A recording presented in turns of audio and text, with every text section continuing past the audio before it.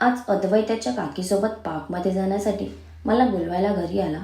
मग काय, भारतातून आणलेले रत्नागिरीचे काजू एन्जॉय करत आम्ही सर्व लेस्टरमध्ये लोकेटेड असलेल्या ॲबे पार्कमध्ये पोचलो. रोज रोज घरातल्या चार भिंती पाहून वैतागलेला अद्वैत इथे येताच एखाद्या जेलमधून सुटलेल्या कैदीप्रमाणे पळत सुटला होता. तिथे जाताच ऋषभसुद्धा लहान होऊन छोट्या मुलांसोबत खेळू लागला.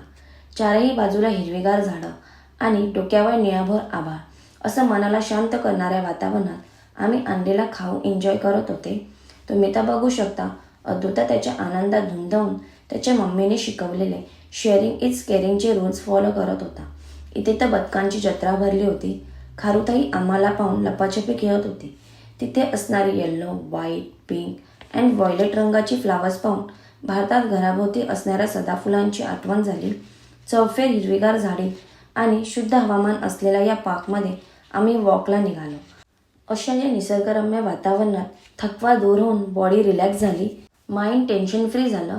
इतक्या मोठ्या पार्कमध्ये कधी चालत चालत रिव्हरकडे पोचलो कळलंच नाही. तिथे असणारे डॉग्स रिव्हरमध्ये फ्री ऑफ कॉस्ट असणाऱ्या त्यांच्या स्विमिंग पूलचा आनंद घेत होते. मी पहिल्यांदा ब्राऊन रंगाचा कबूतरसुद्धा पाहिला. यांचा फोटोशूट काही संपत नव्हता. अद्दूसुद्धा फोटो काढण्यासाठी पोज देऊन उभा होता. फायनली फोटोशूट संपल्यावर आम्ही लॅव्हेंडर गार्डनमध्ये आले.